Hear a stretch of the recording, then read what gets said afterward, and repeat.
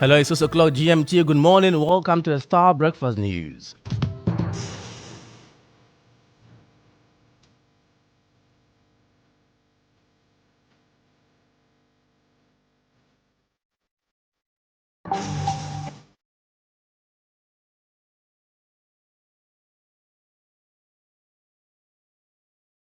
Coming up this morning, former General Secretary of the General Agriculture Workers Union, Edward Karawe, hints of worsening food insecurity following destructions to farmlands occasioned by spillage of the Bagri Dam. As far as WIC is concerned, post-examination activities are ongoing. As we speak, we know that we don't have food security in this country. We've been struggling to increase our security, but unfortunately, the situation as it stands now is going to be exacerbated. Also coming up, WIC denies claims of government's indebtedness to the examining body as it insists post-examination activities are on course. As far as WIC is concerned, post-examination activities are ongoing. As we speak, we have been able to finish with the control of the script. We have been able to ascertain the number that has written the examination. And later in the bulletin, we'll tell you the story of a 15-year-old who has published her second book, her first, when she was 8. Details of these stories are coming up shortly. Please don't go away. Star News is coming to you live on Ultimate 106.9 FM in Kumasi, Empire 102.7 FM in Takrady, Zeps 95.9 FM in Zebila, Nissim 100.1 FM in Lamshao, My Star Radio in the USA. Also live on Facebook on Star 1035 FM and on starfm.com.gh around the world. This is Star 103.5 FM. Star News. Informed, in depth, in touch. Many thanks to you for choosing Star News. I am Nurein Abass. We begin this morning. Former General Secretary of the General Agriculture Workers Union, Edward Karawe, has hinted of worsening food insecurity in the country following the destructions to farmlands by spillage of the Bagri Dam. The livelihoods of farmers in the northern part of the country are under threat as the spillage from the Bagri Dam submerged their farms after weeks of drought, forcing them to premature harvesting. Mr. Karawe has been speaking to Star News. We all are aware that Ghana is not doing well when it comes to food production around this time. And that is reflected on the market, what the market tells us. Because when you go to the market to buy foodstuffs, you hardly find them. And when you get them, they are priced so high. So what it means is that it's going to exacerbate the already difficult situation that we have. You know, it's not just about shortage of food. It's not just about food insecurity. It's about the target group. You know, these are vulnerable people who are already living below the poverty line. In fact, these are people whose livelihood for the whole year depends on 2 acres, 3 acres, 4 acres of their crops. So if anything happens to it, then it becomes more like a starving situation for them. So as for food security, we know that we don't have food security in this country. We've been struggling to increase our security, but unfortunately, the situation as it stands now is going to be exacerbated. You had former General Secretary of the General Agriculture Workers Union, Edward Karawe. Meanwhile, Boku West District Chief Executive Daniel Anania says he is hopeful the future construction of the Pwalugu Dam would help. We all are aware that Ghana is not doing well when it comes to food production around this time.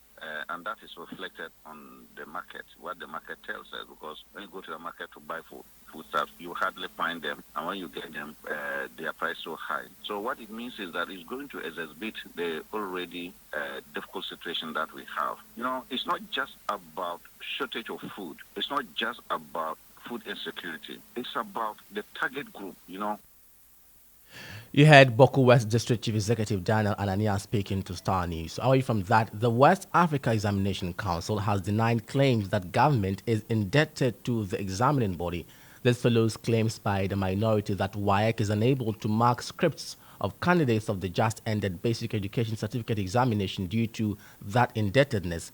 Speaking to Star News, the Director of Public Affairs at the West Africa Examination Council, John Kapi, revealed that post-examination activities are on course. As far as WIC is concerned, post-examination activities are ongoing. as we speak, we have been able to finish with the control of the script. We have been able to ascertain the number that has written the examination, and then we have started to swap the scripts to the various marking venues where the marking will take place. So as we speak, I would say that we are on course as far as the post-examination activities are concerned. We have not halted any activity. As I said, we are still working on the post-examination activities. Now, the problem has been with the time lapse between the conclusion of the BEC and the commencement of the WAS. It's the same personnel who are working on both examinations. And so what we have done simply is that we are doing some of the activities on a skeletal basis, and then we are running the WAS in full time. Now, so when we are done with the WAS, we'll continue with the marking of the BEC. We haven't started. I have told you that we just finished swapping, controlling the scripts, and we are now doing the swapping with the various marking venues where marking will take place. You heard Director of Public Affairs at the West Africa Examination Council, John Kapi. Meanwhile, the minority in Parliament insists government is unable to release funds to the examining body to mark scripts of BEC candidates. WAEC obviously can speak the way WAEC wants to publicly, but from where we sit and from where we know, government still owes WAEC. Government owes WAEC because government has failed to make obligations as far as the fees for the students who wrote the exams are concerned. And we know it is from those monies that WAEC is able to undertake its post-exam activities, including bringing the examiners together to compile and then to organize the results for onward processing and publication. So we know what we are talking about. WAEC is owned by government, and that is a fact. And WAEC is also having challenges paying its examiners and invigilators. That is also a fact. So we know what we are talking about. Well, we have put the information that we have in the public domain. If WAEC says that it has no problem, we wait to see. But if you look at the records, there is no instance that we have raised concerns about challenges that WAEC has that have not proven to be true. She wrote her first book, a novel on child kidnapping, at 8. At 15, Samuela Osai has published her second book. This young lady's new book, which tells an emotive story about the price to pay for chastity, has begun receiving positive reviews. Ultimate FM's Ivan Hiskut-Fumado interacted with this young author and her parents. For me, I thought kidnapping wasn't real. I thought it was far away. But when I witnessed that incident, I knew that it could happen to anyone. Samuela Osai wrote her first book when she was just 8 years old. The Stranger's Toffees told a story about child kidnapping. I wrote my book to advise the youth to be alert and aware of the shocking tactics that kidnappers use to lure children. At 11, the story of a brilliant girl child who was sent back to the village after getting pregnant inspired her to write Letitia the Chaste Girl. With my peers dating at this stage and with that brilliant girl getting pregnant and going back to the village, I knew that I can use that incident to write my second book. The book describes your perfect, intelligent and well-mannered young girl called Letitia. The story of this main character turns tragic after getting influenced by peers to enter an amorous relationship with a hired boyfriend. Letitia got influenced in the end and she started dating the boy. When it got to that part of my story, divided attention, those who praised her, they were all disappointed. So it's emotional. Samuela's mother, Rebecca Osai, recounts how 15-year-old Samuela fell in love with books at a very tender age. Anytime we are from started school, nursery, KG, class 1, anytime we are no book or trotro. So one day the suggest office with incidents. Headmaster for the Matters of Uganda Basic School, where Samuela just completed JHS, Anthony Akansisi, says the book, which addresses a growing societal concern of immorality and sexual indulgence amongst the youth, couldn't have come at a better time. Once he came to Form 1, and she showed the first book to me. I was surprised at that age. For a student, I had to write such a book. Even those who are at the university, they are trying to even write their thesis. And these things going on in our schools. Some start from the primary, as she said, but we are not able to identify until they reach DHS level. But these things are also happening in our churches. So I will entreat everybody to patronize this book. Samuela's hope is that this book, Letitia the Chaste Girl, reaches every child with her simple message: chastity pays. Yes, it pays to be chaste. 1, you are self-disciplined, people will respect you. And 2, you can be able to reach your goal.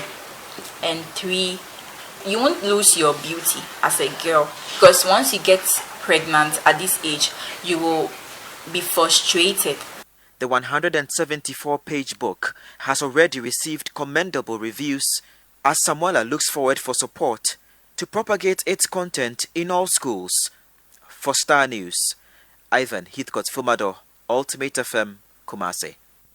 Congratulations to Felicia. Now, away from that, Teacher Trainees Association of Ghana says they will dialogue with authorities for an extension to the academic calendar after nearly 70 days of industrial action by members of CTAC. This follows the resumption of academic and administrative activities in all the 46 colleges of education. Members of CTAC embarked on an industrial action on 14th June over government's failure to implement a binding agreement which has been pending for 2 years. CTAC has served notice to resume the industrial action if government fails to comply with the roadmap. President of the Teacher Trainees Association, Razak Swale, has been speaking to Star News. We are requesting for an extension in the academic calendar so that students will be able to finish whatever they are expected to do, that is in the academics. We are all aware that the college will be going down on September 7th. And from September 7th from now to September 7th is less than 2 weeks. So we are demanding approximately from now to an extension from now to October, and then that will give us ample time for us to be able to finish our coursework and then go down.